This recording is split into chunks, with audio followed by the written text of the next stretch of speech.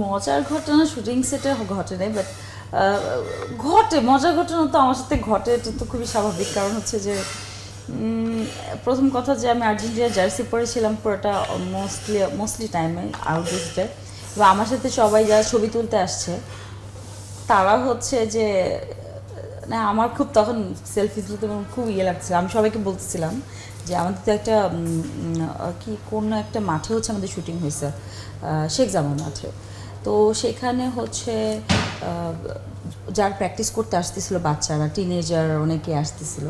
তো সবাই আমার সাথে যারা যারা ছবি তুলতে আসতেছিল আমি সবাইকে বলছিলাম, এই তোমরা এআই করে আমার টি শার্টটা, আমার জার্সিটাকে ব্রাজিল বানায় দিও প্লিজ।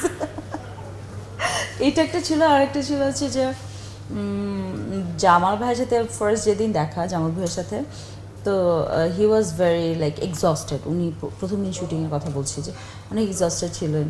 তো উনি এমনি বাংলা বলতে পারেন না, বাংলা অত বুঝেনও না। তো আমি এই জন্যই ওনার সাথে ট্রাই করেছি যে আমার জন্য তো ইজিয়ার তো ইংরেজিতে হচ্ছে কনভারসেশন করা, তো তো খুব একটা ঝামেলা হয় না। সো আমি ঢুকে আমি বুঝি যে উনি কাউকে চেনেন না মিডিয়ার, তো ওই জায়গা থেকে বুঝি আমি নিচ থেকে গিয়ে ভাবলাম যে আমার কো আর্টিস্ট একটু ভালো ইউনো কথাবার্তা হোক, একটা সিঙ্ক্রোনাইজেশন হোক। But he was very very very much exhausted. ওনার বাইরে থেকে খেলে আসছে অ্যান্ড টুর্নামেন্ট শেষ করে আসছে।